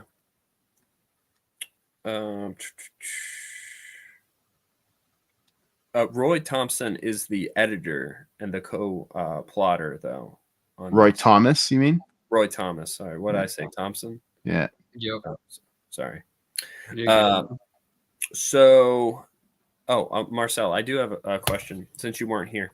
What do you think of the interview process that Han Solo has and the style of? Oh, like completely negligent, but it's all good. You What don't do you think think about his choice of outfit? his intimidation tactics? Yeah. I think that was interesting. I mean, like Ameza, I get it because he worked with her, right? I believe so. Yeah. Yeah. He knows Seems her like from like the old days. So like, okay, yeah, whatever. Like I dig. But everybody else, I don't know. Don Juan Quixote, how did that guy make the cut? I think that's like a Because he got on his knees with his lightsaber. Ugh. I don't know how to interpret that statement. I mean, it is a true statement. It's just not what it It sounds is. like. Yeah. I mean, I think not to get political or anything, but I think the Don Don Juan is like a Joe Biden situation. Like he shouldn't be there. It's like elderly abuse almost. It's just Elderly like, abuse. Yeah. bro, he should not be there. He's clearly not thinking straight. He's old. Like, bro probably has dementia or something. Like, leave my boy alone. What's I know. um what's his name? Han Solo should have put in like term age limits for the people that he recruits on his team. Oh Bro, man. he let somebody's grandpa die. Like, and it's all his fault. So we start off this comic with the monsters attacking and how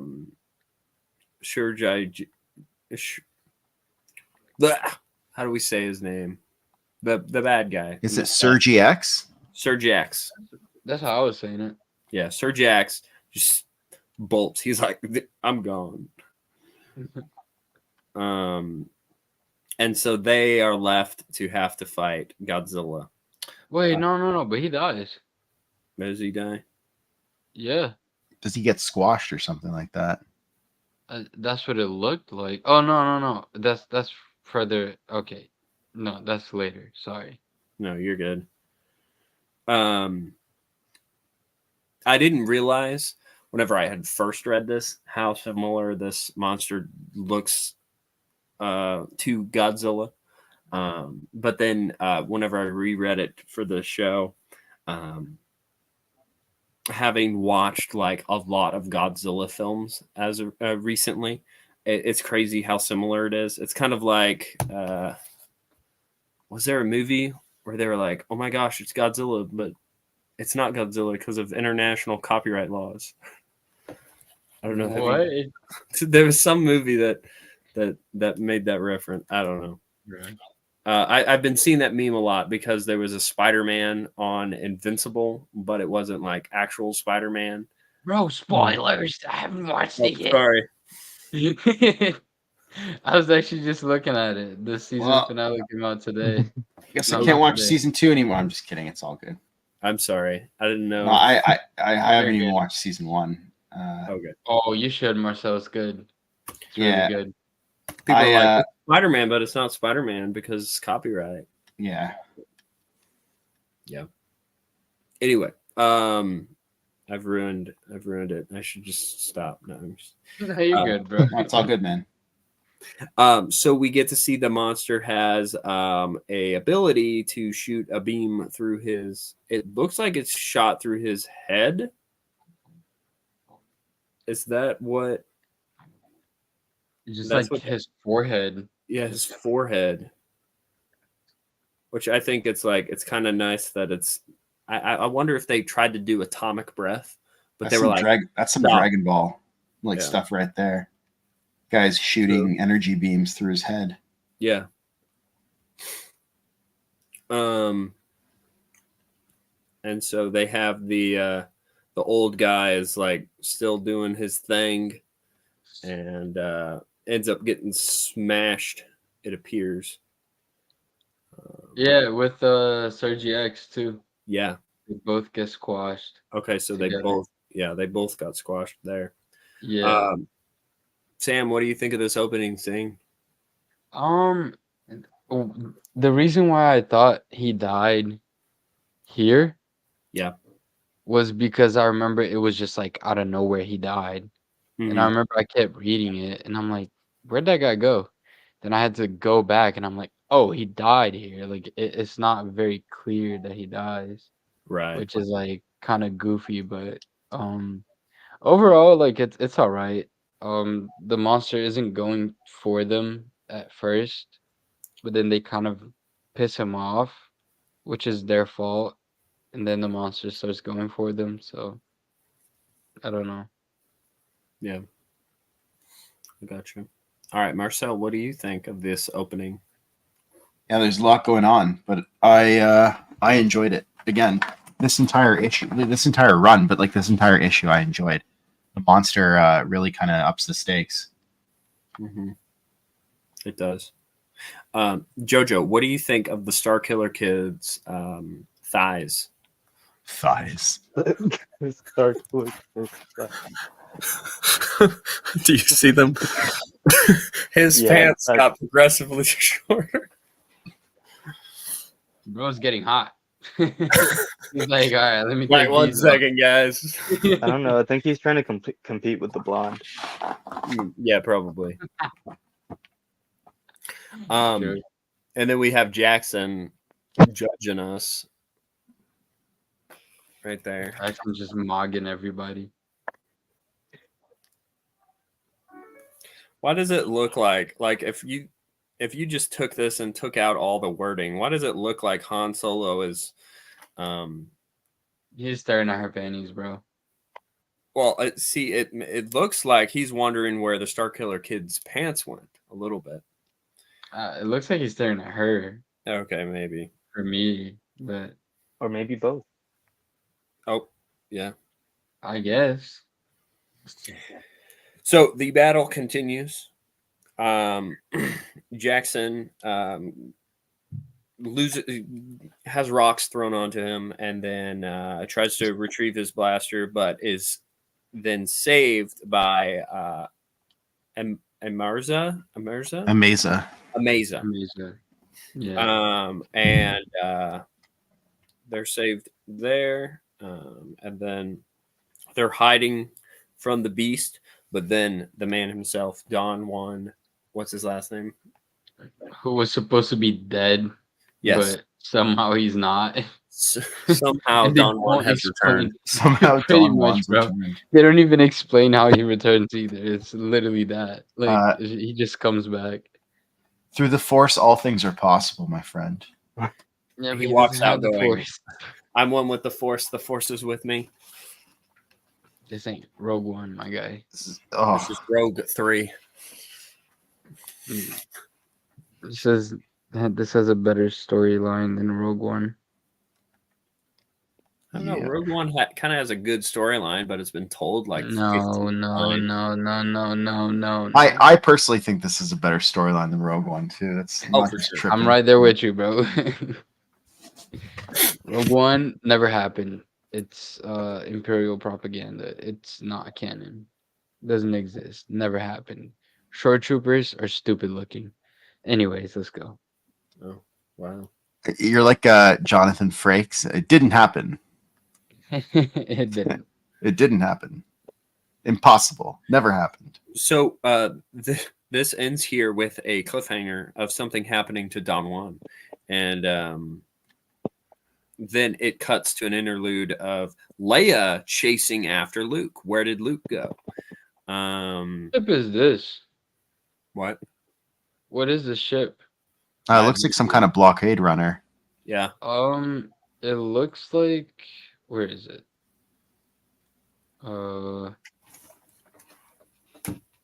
No, that's not it. Okay, yeah, it looks like a YU-410 Let me see. a little bit. See that? Oh, Like a kind little of bit. looks like it. A little bit. Yeah, it's just This- like a longer version of it, I guess. This is issue number 10. Let me see.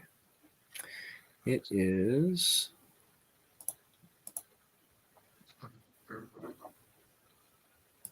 It is just labeled as Leia Organa's space cruiser.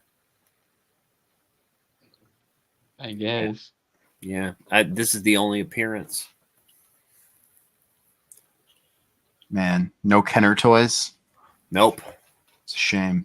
I wonder if there's a 3D model. That would be a pretty neat ship to make a 3D print of. True. I made what ship was that, Sam, that I made? Your favorite one? Oh, the VT-49 Decimator. Yeah. Yep. Pretty nice looking one. So Leia's rushing to find Luke. And then we cut back to the gang, and they're watching Don Juan facing the monster, and they're all concerned. Then he straight up laser blasts him. That's intense. But he's like, and now, Behemoth, the time for the final conflict is upon us. Needless to add, but one of us shall emerge from this battle alive. I love it. Yes. Bro does have courage. And Gotta so- give him that. Yes. And so our cat Doctor Strange guy shows up, spikes him, and so he misses the blast on Don Juan. And then Han picks up his lightsaber and charges the beast, stabs him in the hand. While this is all going on, we come to realize that the lightsaber has an effect on the monster. And so he doesn't like, he almost gets triggered by the blade being activated. Is that, did you That's guys? right. Yeah. Sorry, I read this a few weeks ago, and then the episode kept getting delayed. But Yep. yes.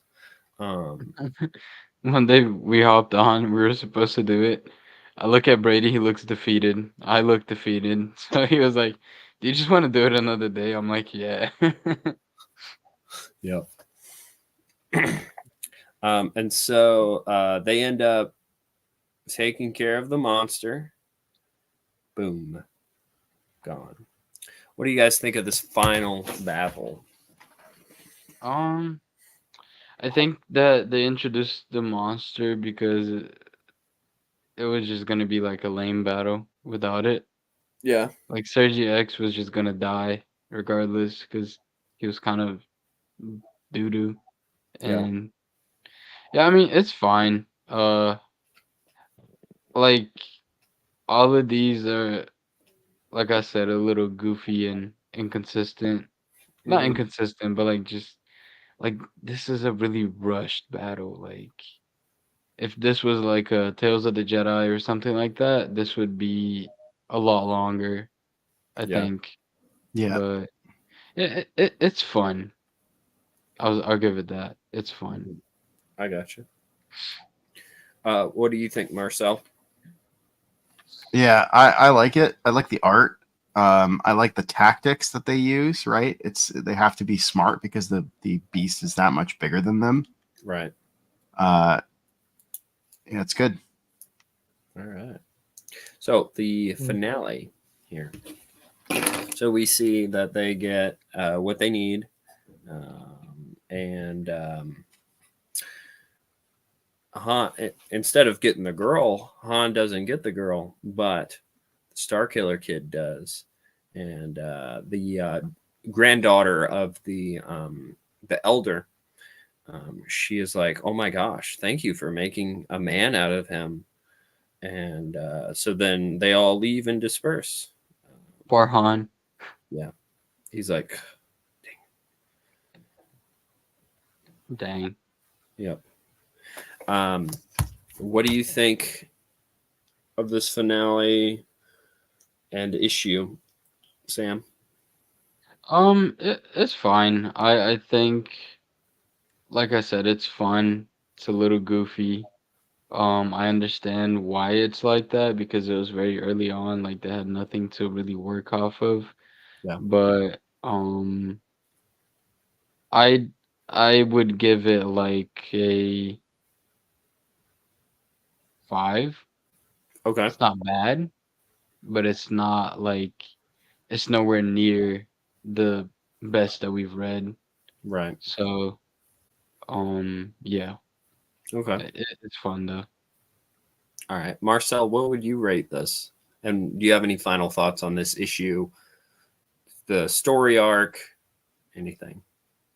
I would rate this probably like a 7.5 or an 8 out of 10, just because I love.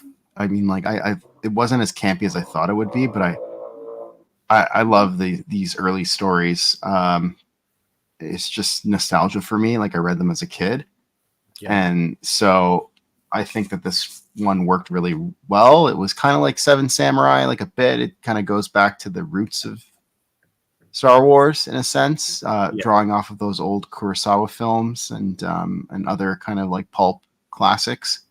And so I think this was like this had Star Wars in its DNA. These Mhm. stories, and I liked how it kind of progressed from, oh, we got to stop Sergi X and his band to, oh, we got to stop a giant monster now. And I think every um, uh, person of like Han's like Hateful Eight or whatever he's calling himself. Right. Like I think they all kind of brought something to the table and they were interesting, except for Don Juan. That's like Sam said, elder abuse, but like,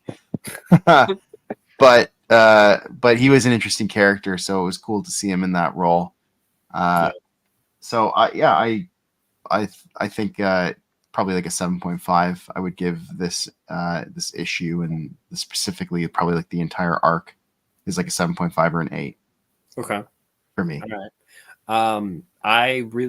It was actually, like you said, less cheesy than I remember reading it the first time.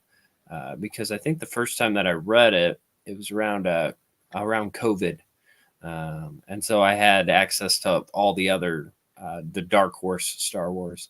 And I felt like this was a bit cheesier compared to those. But reading it by itself, um, it was very refreshing.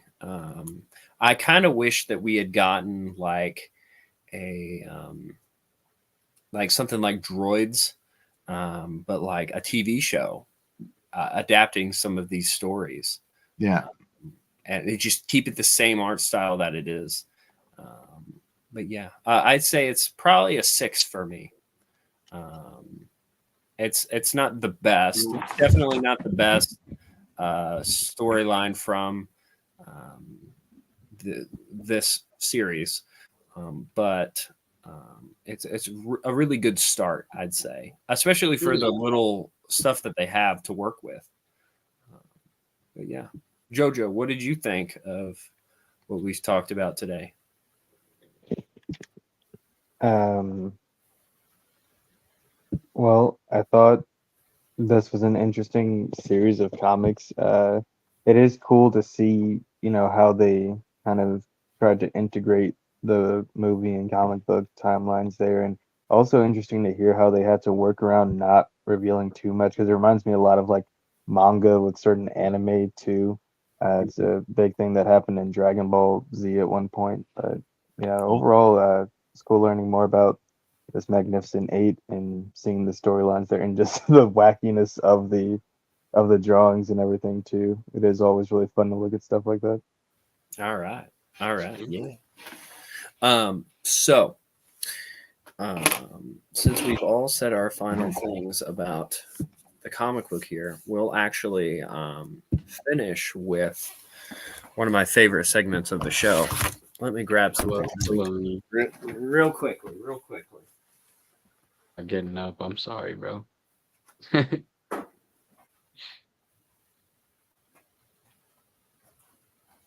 How are you doing, Marcel? Good, man. I was hanging out with the wife earlier. That's why I was a bit delayed. Nah, you're good. It's a bit few and far between these days with like small kids in the mix, right? So take I feel whatever, yeah, whatever I can. Jojo, put your hat on. that. Let's see if I can. Wait. All right. So this is a segment I like to call a load of Filoni. So Filoni's at it again. I believe he's at it again. I think this is something he works on. Of course it is. Let me see if I can find it. There's a new show coming out. He made a show called Tales of the Jedi, which the name comes straight from the Tales of the Jedi comic book series. So he's got a new show coming out, and that is called... Oh, wait, actually... Well, it's called Tales of the Empire. That's right. And there's a book that is very similar to that by that name, but it's Tales from the Empire. And it's a series of tales that are from the Empire. I don't know. It's just more set up for things either that people don't like, or even what is it? Continuation of storylines that are just kind of almost fan fiction-y, I'd say. For you guys that don't know, the wonderful contradiction of Barriss Offee will be continued, and she will become an Inquisitor. Yeah. Yeah. I hope Filoni has a horrible day today. Huh. And she is evil, apparently. I don't... What? I watched it, and there was a trailer that came out for it, and they talked about how, oh, you're lucky you're not a Jedi anymore. It's like, why? What? That can... So for the people It's that like don't the know, whole thing with Rebels, where like they say, well, technically they didn't go after Ahsoka because she wasn't Jedi anymore, so it makes sense. Like, come on, bro. so for the people that don't know, there was this character that was popular in the books. She was in the movies. And so we had a good understanding of how she stood with the the Jedi Order and things. But there was this story arc towards the end of the show, of the Clone Wars show. And basically she gets fed up with the fact that the Jedi are supporting a war when they're supposed to be peacemakers. Okay. All right. She has an issue with this. She's like, so she becomes a terrorist and turns to the dark side because the Jedi are evil. Why? That can make sense, bro. That doesn't... So what about the new show? Doesn't matter. But that story, I just want to talk about that for a little bit. They not only mess up a character that's established from the books, but within its own story, it makes no sense. But that's kind of my brief rant here. Yeah, man. They did that character dirty in Clone Wars. Yeah. Also, people say that, and it's almost they say it, but they don't show it. In the Clone Wars show about how Barriss is the character's name, and Ahsoka are just they're best friends. Oh my gosh, they're such best friends. They had 2 episodes together. And also in non-Filoni canon, they're not even the same age. No, she's Anakin's They're not age. even close to the same age. Yeah, she's Yeah. Anakin's age. But that's my little rant there. But I don't know. Do you guys have any thoughts? I know you guys probably don't even care. I just don't care for Disney canon anymore, man. Yeah, it's not my It's like, continuity. I So just don't care. Yeah. Like, I know they're gonna keep on doing this stuff. I'm just like checked out, you know. It to me it's almost a comical thing in a way. But I don't know. I should probably completely unplug like you guys have. Man, I mean, it's the best you can do, low-key. Yeah. Anyway, that concludes that segment of the show. My next segment is what have we been reading? So, Sam, what have you been reading? Still reading Wraith Squadron. It's getting good, Okay. low-key. I just haven't had a lot of time. Freaking started working, and I'm just very tired. I gotta work again tomorrow, so wish me luck. All right. good But luck, man. yeah, I appreciate it. But yeah, what are we reading next? Because then I'm gonna be Ooh. reading that too. That is the question. So we have a few options. We have Infinity's End, and that's well, I know, because I think we did Republic last week, didn't we, Mhm. boss? Yeah, Not last week, but like the last right. The last comic episode, was sorry. yeah. You're right. So we could do Tales of the Jedi, the Okay. Freedom Nad Uprising. There's another one-off Republic issue. It's called Star Crash. And I was thinking Mhm. if we do Freedom Nad Uprising, that's only 2 comics, and we could just add Star Crash on there so that we can get How that much? out of the way. How many issues? So that would be 3. Oh, Star Crash is just one off. Oh, 3 is just Star Crash is just 1 issue, and then the Freedom Nad Oh. Uprising is 2. Okay. I'll be fine Maybe with I that. could find another one-off that we could put in there, or maybe a short series, or maybe a couple of tales. Yeah, I mean, just let me know. All right. Star Crash is an interesting issue. It is. Yeah. It's some people have said like Legends of Zelda, but Star Wars. Yeah. Actually, that's a really cool connection, like observation. Mm-hmm. I almost did a video about it, but I just got too busy. Marcel, what have you been reading? Nothing Star Wars related. Okay. I've been reading House Atreides because Jeremy from Stupid Chainsaw Productions and I are doing a podcast on the Dune stuff, and so I'm trying to read all the non-Frank Herbert Dune stuff, and we're starting with House Atreides as the first one. Nice. Yeah, it's a big book though. It's like 700 pages, so it's taking a little while to get through. Yeah. But my next Star Wars book might be MedStar 2 because I finished MedStar 1 recently. Okay. I don't know. I haven't really felt motivated to read like a ton of Star Wars lately, but it's probably going to be MedStar 2. Yeah. Yeah. Jojo, what have you been entertaining yourself with in video games, movies, reading? Well, yeah, I don't have time for leisurely reading because I'm just always reading like textbooks and stuff. Right. But as far as movies go, not a whole lot lately. In gaming, I have still been playing a ton of Warframe. I started playing the new Suicide Squad game uh, last month. It's a hot mess, but it's actually kind of fun. So Yeah. it's a little love hate with it. They recently released the Joker in it too, and they could have just kept that in the oven and let it burn. Oh, Yeah. No, I'll have to have you over and show it to you sometime. It's not good. okay. All right.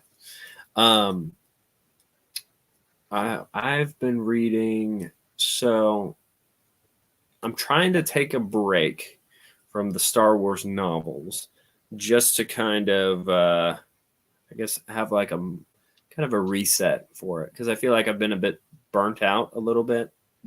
I try to pick up so many books to read them, and then I burn myself out. Um, but there is one Star Wars book that I'm reading that's Yoda Dark Rendezvous. I'm slowly going through that one. Yeah, I like that Really book a good. lot. Really like it. I read Freedom Uprising. I've also read some of Infinity's End, which is a continuation of Quinlan Voss's story. Um, let's see. Is that the one with the Night Sisters? Yes. Okay. How Which I'm many issues? excited to review that whenever we get there. What's that?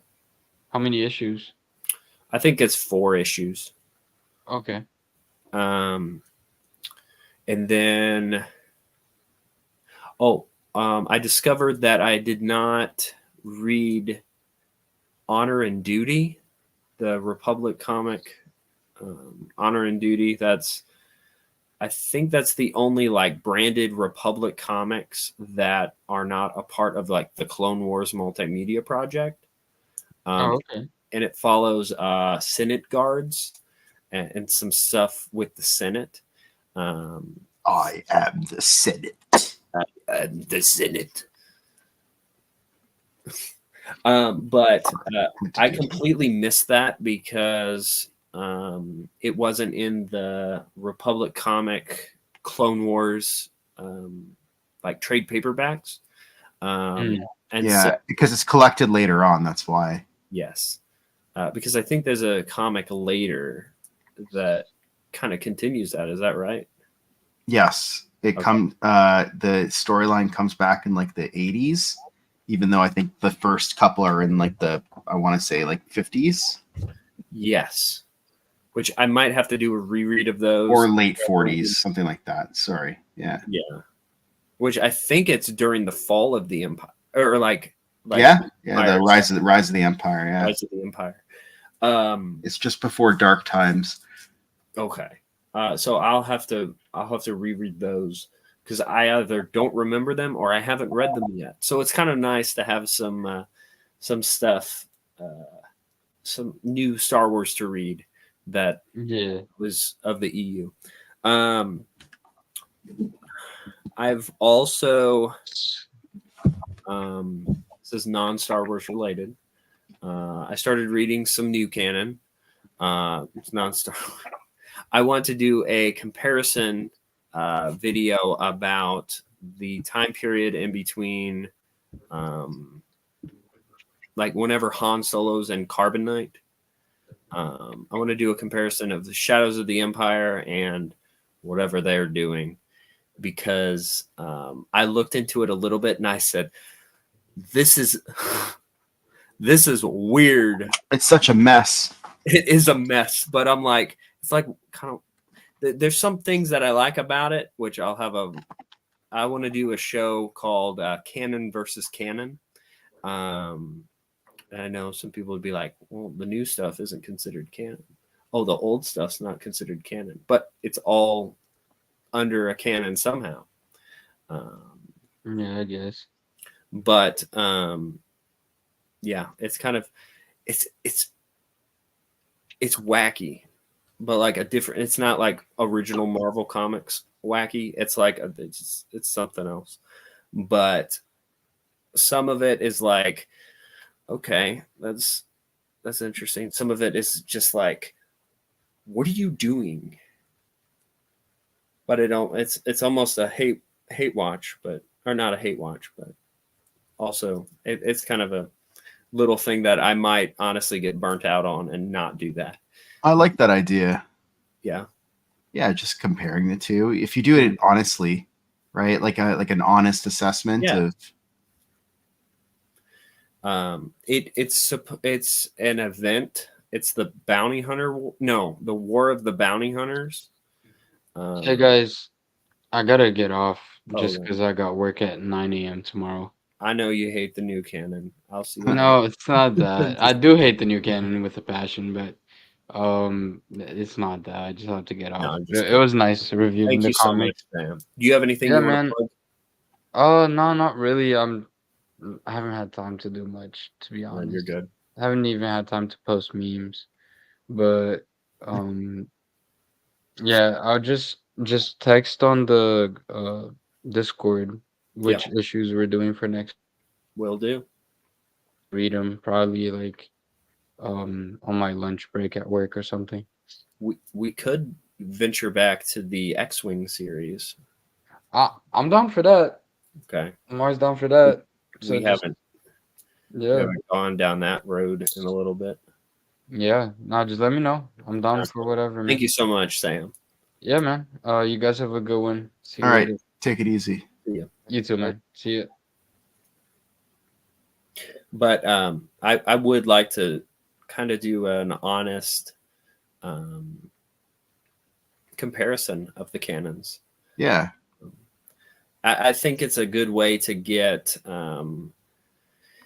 new canon people into old canon, and then also old canon people into some new canon. Not that I would prefer the new canon, because from what I've read, like it feels very fan fiction-y. Yeah, or at least be a little better informed. Right? Yes, On either end. I'd say that. Yeah, more informed. Like there was a video somebody did. I can't think of his name right now, but he did. He was informing people about like the fart wedding from the new canon or the Rock Jedi, and I really liked that. Oh, was it Arthur? Yes, it was Arthur. Yep, that's it. Yeah. Yeah, he did something about that. And I think I did an April Fool's joke, and I brought up those things, and he had reached out to me, and he was talking about it, and I was like, "Ooh, in context video, I like that." And I was sitting on this canon versus canon concept, and I'm like, "Ooh, let's go with that." Yeah. Because I don't want to review new canon unless I'm done reviewing the old canon. But if it's something like that, I'd be like, hey, that'd be kind of fun. Try to bring everybody in. I know I'll get all the comments of like the EU wasn't canon or all this, all that. And I'll just be like, I might have to do a starting video to be like, I expect all these comments. But I don't know. No, you fools. I knew exactly. Yeah. That'd be funny. Yeah. Do you have anything that you would like to plug? No, not really. Buy your tickets to Legends Con at utatickets.com. It's March 15th and 16th of 2025. We have announced 2 guests so far. One is Kevin J. Anderson. The other is John Whitman. It will be at the University of Arlington in Texas. Again, the tickets are utatickets.com, and you can follow us for more Legends Con announcements at legendsconofficial.com. Nice. I'm excited. I was just in Texas last week, and I was in Dallas. And so I was like, this is not bad, because my wife has some family a few hours from Dallas. Yeah, man, make a trip out of it. That's what I did. We're already planning stuff. One of my other books that I'm reading is Children of Dune. You had mentioned House Atreides. I'm really enjoying Children of Dune. Oh God, it only gets better. God Emperor. Well, I guess people don't really like book 5 and 6, but God Emperor of Dune is like my favorite book in the entire series. Is it? It's like the Traitor. If you've ever, I guess I don't know if you've gotten to NJO yet, but it's like I've Traitor. not, Okay. But I will eventually.